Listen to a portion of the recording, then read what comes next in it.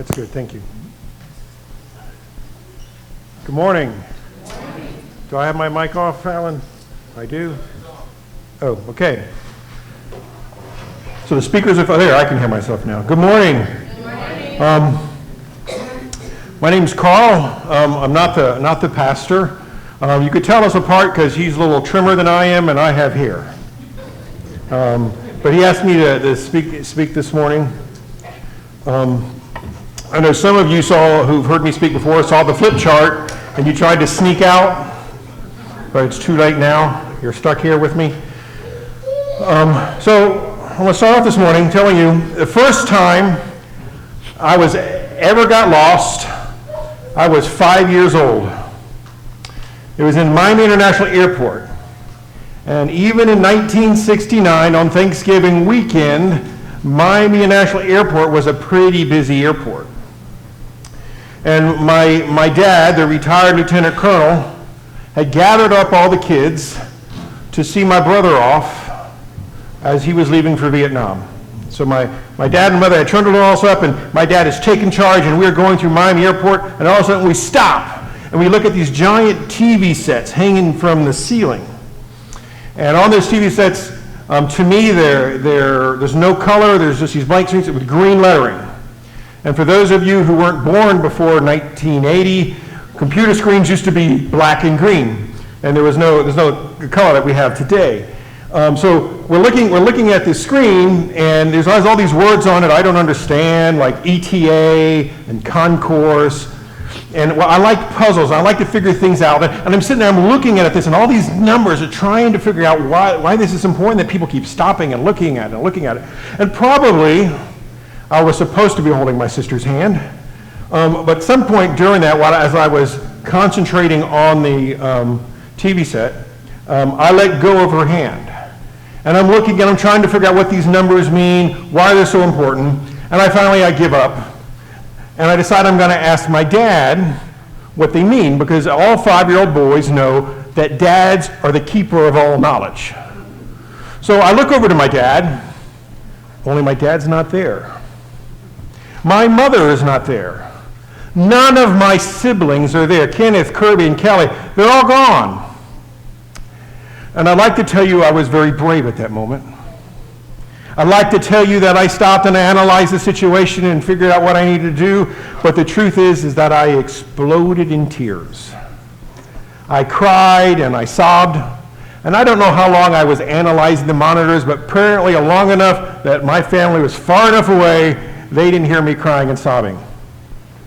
So finally, one of the airline workers, for one of the airlines, comes up and she comes up to help me, and she asks me this question, where are your parents?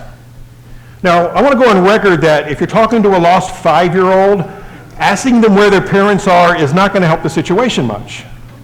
And so I just screamed louder, and finally they took me back to the ticket booth. And, looking back, I feel for my mom.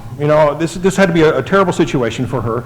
We were at the airport sending her eldest son off to Vietnam. And then she probably heard this over the announcements. Will the parents of Carl Knox please come pick up your screaming kid at the Delta Ticket Agency? Well, I haven't seen my family since. No, that's not true. That's not true. But the end of the story sort of was like this. By the time they came back, I didn't want to leave, because this nice lady that took me back there, they gave me treats, they gave me Coke, and they never get away with this nowadays, but they let me ride a little belt with the, where the luggage was on. That's back where we had all the lawsuits we have nowadays. So I was having a great time. I didn't want to leave. But, when I think back on that, up until that moment where my parents and my family, up to my sister's dismay, came back to get me, I was lost.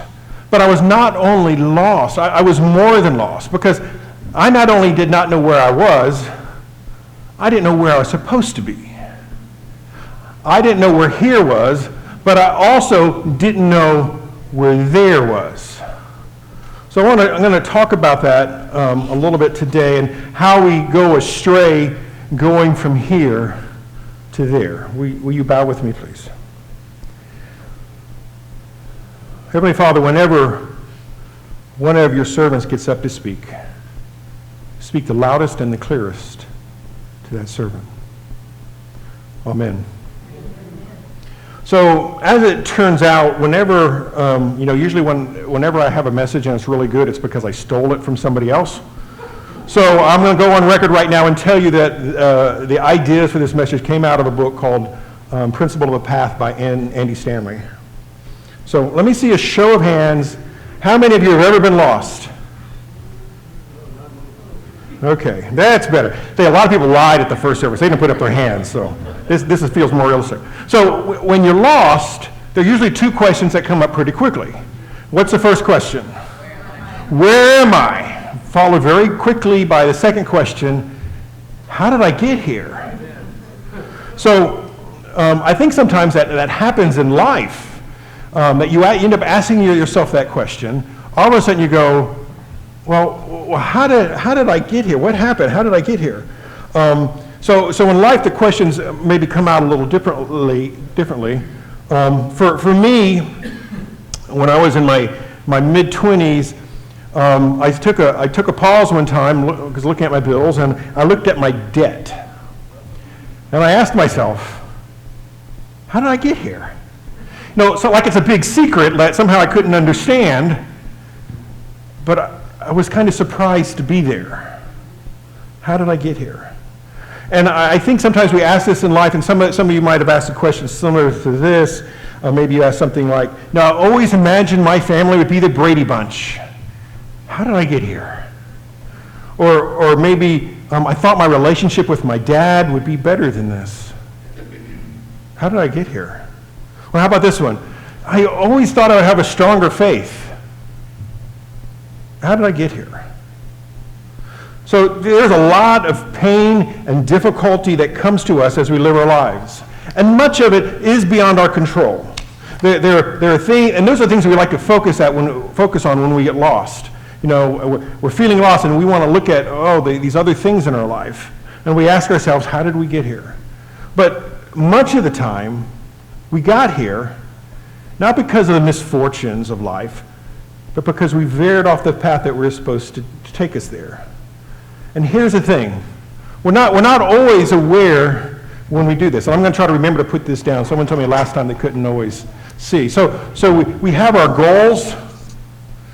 And I'm not an artist, but we have our goals. And somewhere along the line, instead of the path to our goals, we get veered off that way. And we're not always sure exactly when that happens. We're not always sure when that happened, when we got moved off.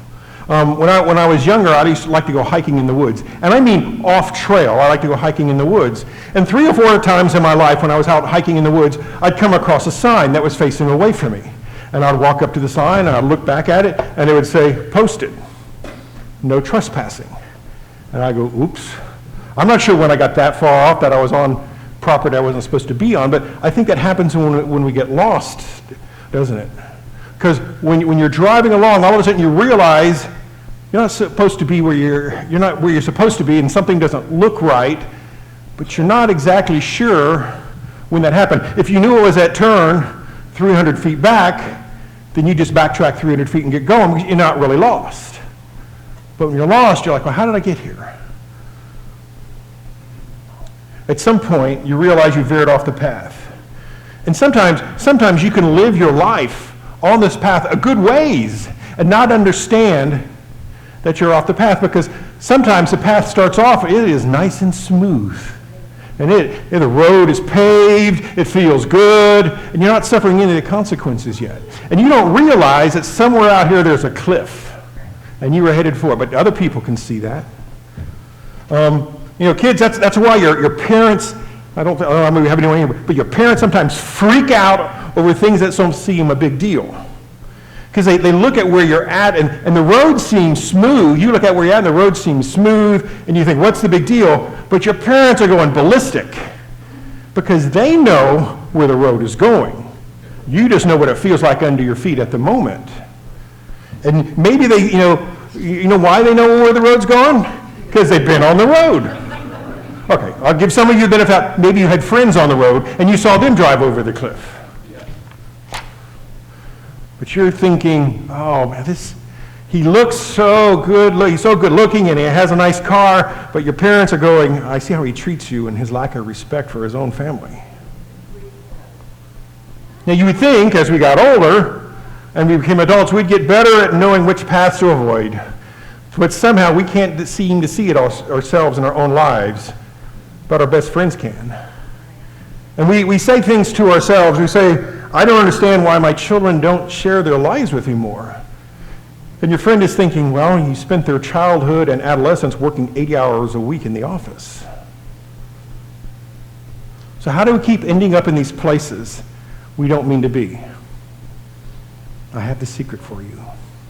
See, the road you're on will take you where it ends up. I know, shocking, isn't it? The road you are on will take you where it ends up. Somehow we keep ending up in these places that we don't mean to be. So in Proverbs 4:25 it says, look straight ahead and fix your eyes on what lies before you. Mark out a straight path for your feet.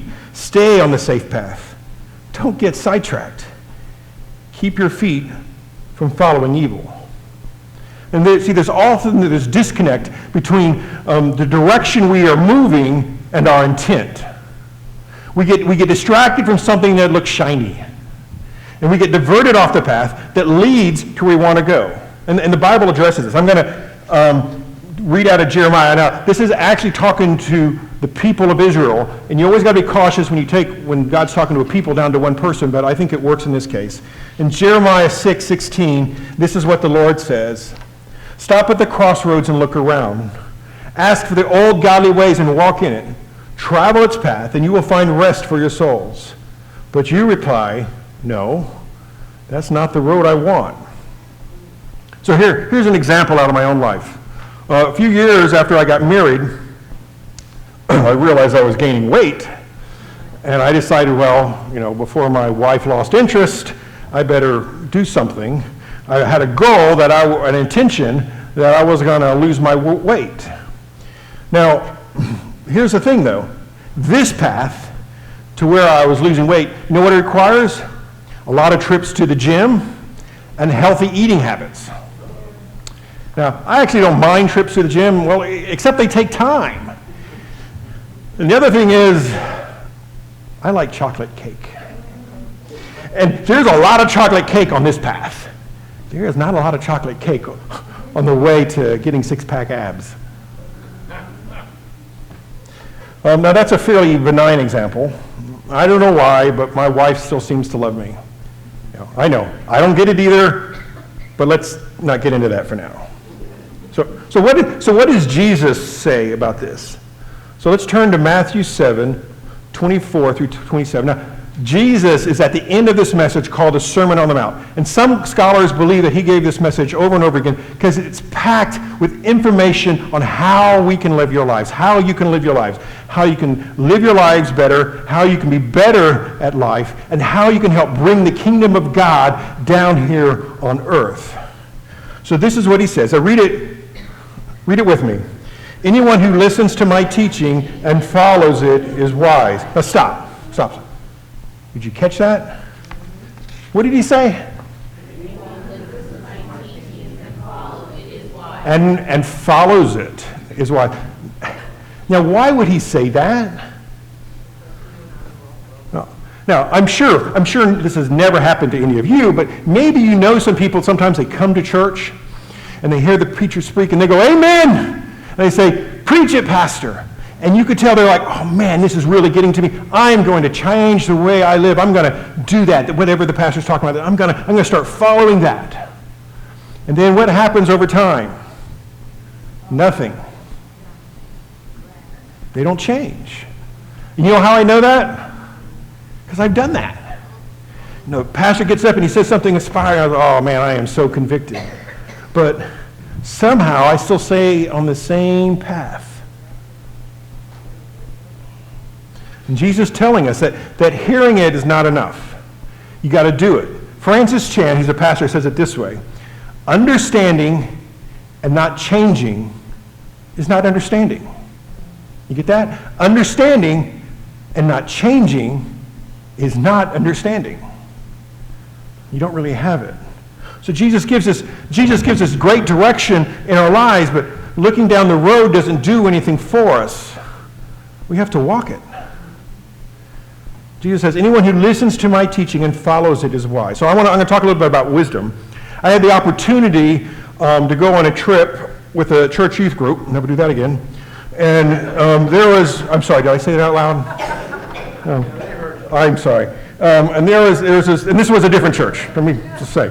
And there was this one kid who was very smart, but he was going down a path where I knew it was not going to end well for him. And I'm not talking about drugs or anything like that. It was his heart. See, he was smart. He was very smart, but he was also smug.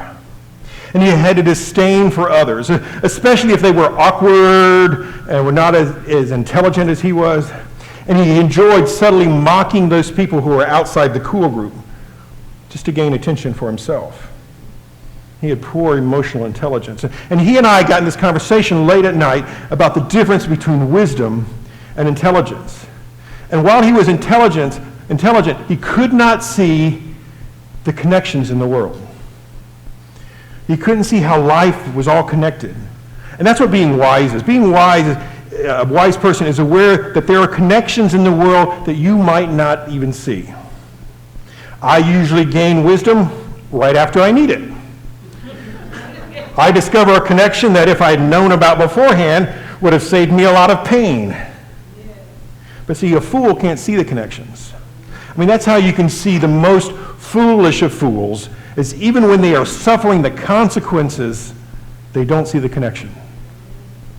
See, Jesus is giving us a path where we don't have to suffer the consequences all the time.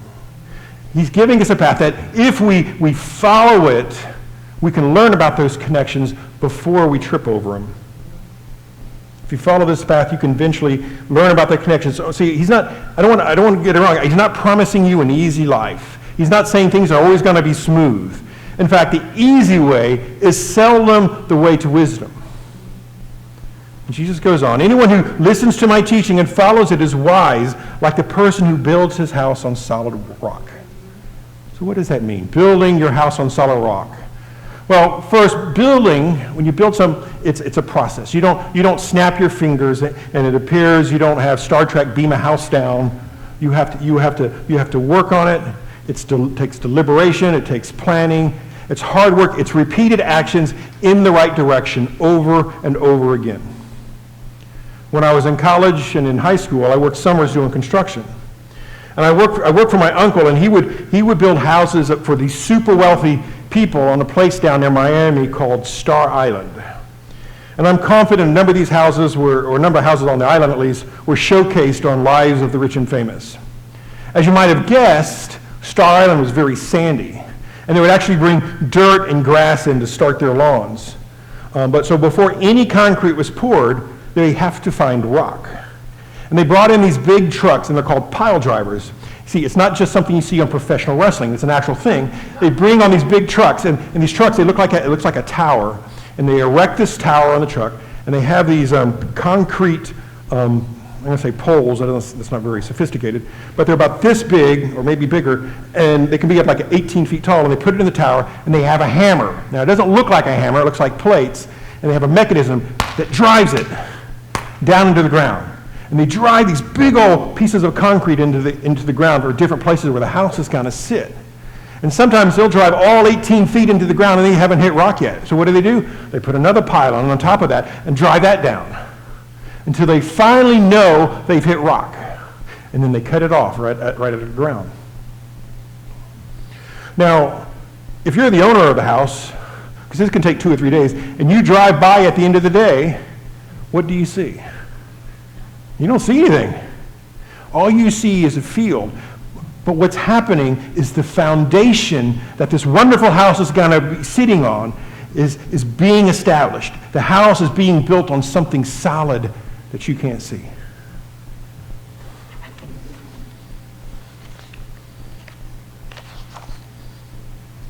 Jesus goes on.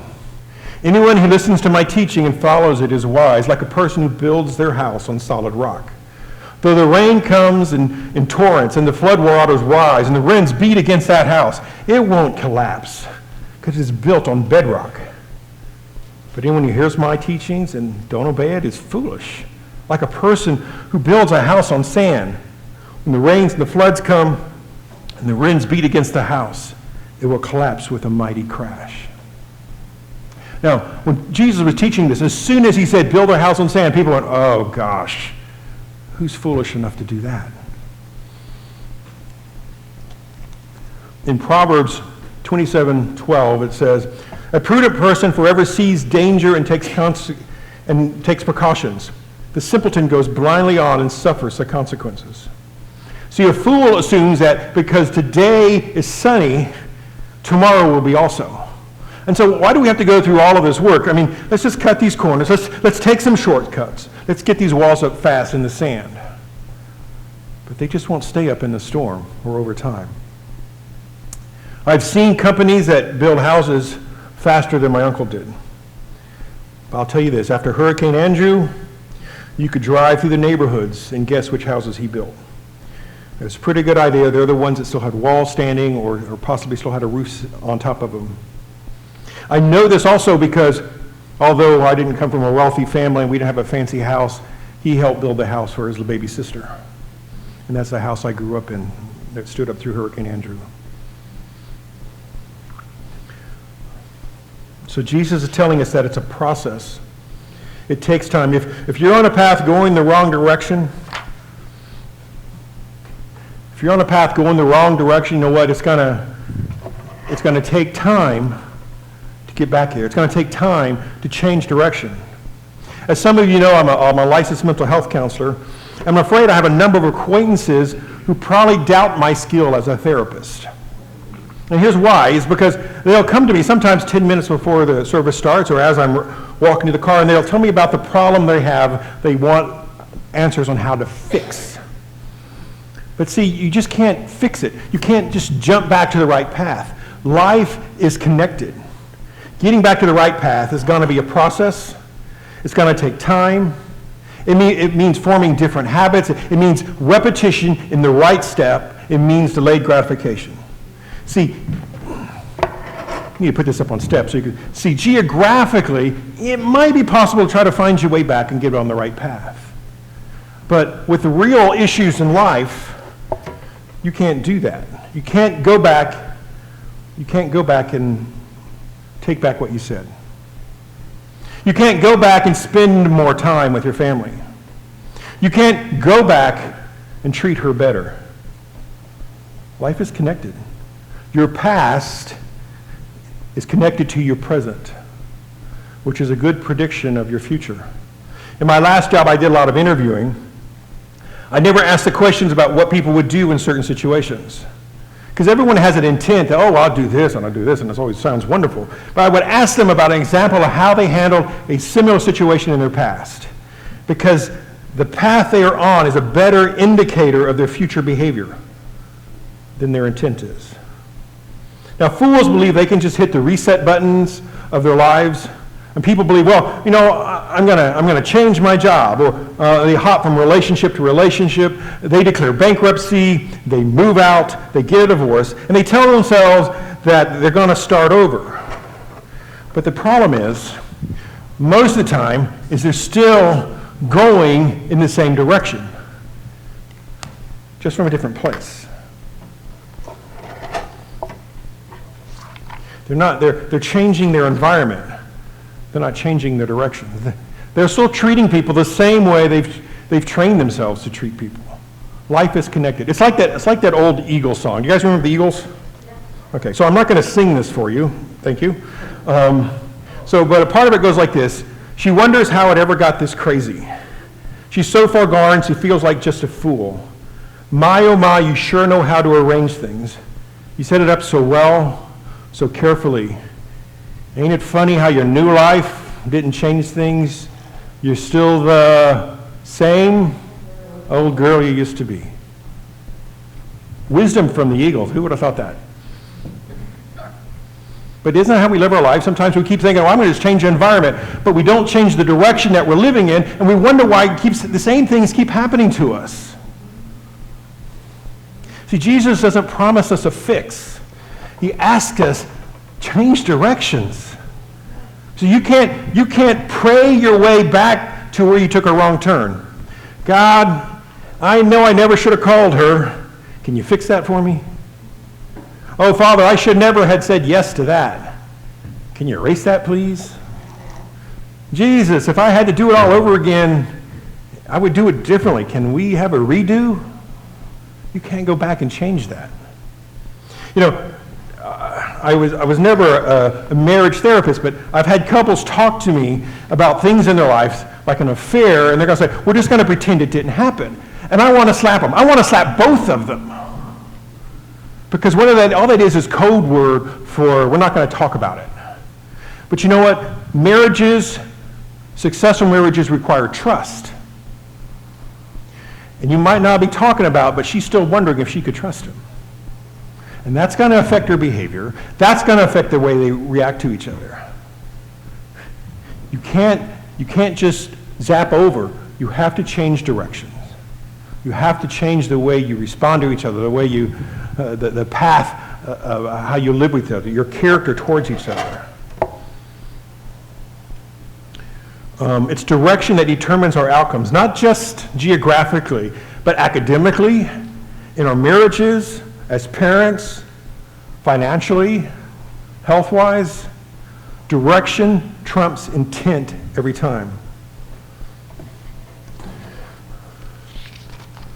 And people say, well, I want to marry a strong Christian man who will share and grow my faith. But in the meantime, or I want a strong family unit, but in the meantime, I need to spend time at work to get ahead. Or I want to be debt-free, but have you seen that new cell phone? When I'm married, I'm going to honor my wife, but I'm just dating these girls.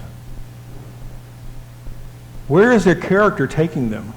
What character are they developing? The path you on defines your character. All right, who remembers their physics? Newton's first law of motion. Anybody? Oh, come on. Very good. Say it again. An object in motion stays in motion. And there's another part that we sometimes don't say. Stays in motion with the same speed and the same direction unless acted upon an unbalanced force. So if you're going in this direction, you're going to, three things can happen. You're going to keep going in this direction until you run off the cliff. Somebody is going to come along with a bat and change your direction, or life will change your direction, or you're going to have to hit the brakes and make some turns and change the direction yourself. And that's going to have to be deliberate, and it might be painful, and it's going to take some work. It's going to take more work to get you back on track. So who are you becoming? Because it's your character that will define how you deal with the storms. When you live your life in such a way that you drive over the cliff, God isn't punishing you. Gravity is punishing you. If you live your life long enough, I'm going to be honest, if you live your life long enough, you will experience things that are unfair, even terribly unfair. Some of you will even experience things that are devastatingly unfair, but you can still choose your direction. I've seen people undone by terrible trauma in their lives. They are bitter and hopeless, and they might not mean to show it, but they'll show it. But I've also seen people with amazing resilience to the trauma they've had experienced, and they learn to thrive again. And do you know what the difference is? It's their direction. Andy Stanley says it like this: direction, not intention, determines destination. Our direction, not our intention, determines our destination. So imagine you have a gym membership somewhere, and you actually go, and the pastor is your trainer. Now, he can show you how to work the equipment, how it all works, and he can show you proper technique, and you can sit and you can watch all these other people work the equipment. But is that going to make you stronger? No, it's not going to build any muscle. It's not going to make you any slimmer. It's not going to build up your core. You have to do it yourself. And Jesus asks us to follow him, even in the sunshine. And we'll grow so that we can withstand the storms.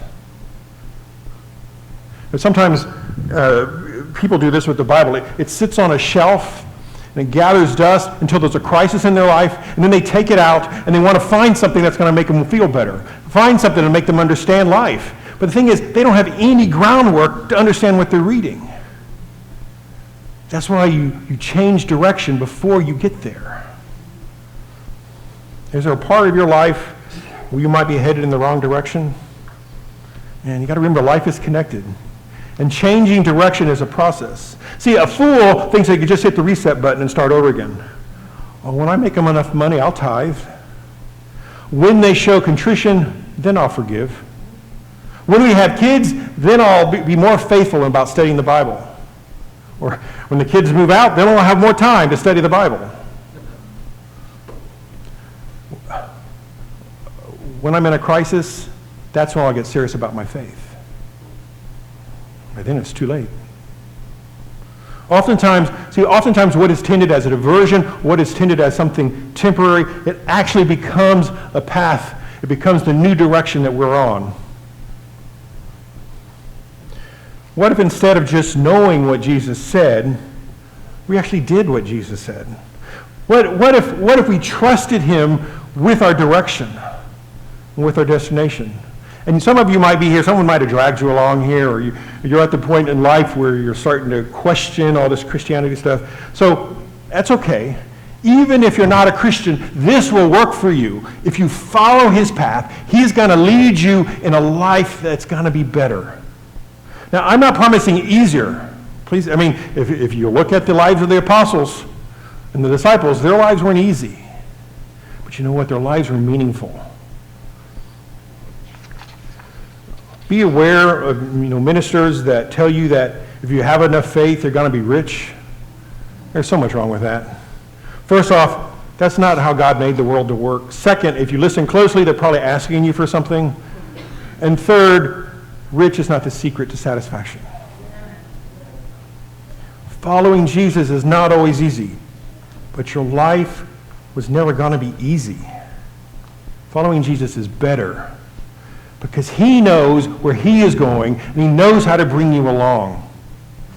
Matthew 11:28 is the way that Jesus says, "Come to me, all of you who are weary, carrying heavy burdens, and I will give you rest." Philippians, and for those of you who don't know, Philippians is written by a man named Paul, who started off persecuting the Jews until he had a confrontation with Jesus on the Damascus Road. And so this is what Paul says: "I know what it is to be in need, and I know what it is to have plenty. And I have learned the secret of being content in any and every situation, whether I'm well-fed or hungry, living in plenty or in want." See, Paul changed his direction, and he found a better life.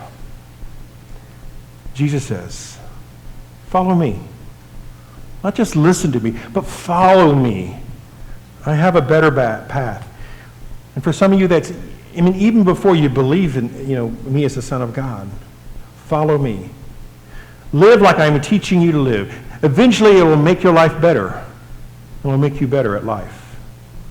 Jesus says, live life the way I live. And now, he's not talking about robes and sandals, okay? But live with my heart, with my direction, and you will end up somewhere on purpose. Instead of saying, how did I get here? You might not have an easy life, but you will have a satisfying life and a meaningful life. Amen.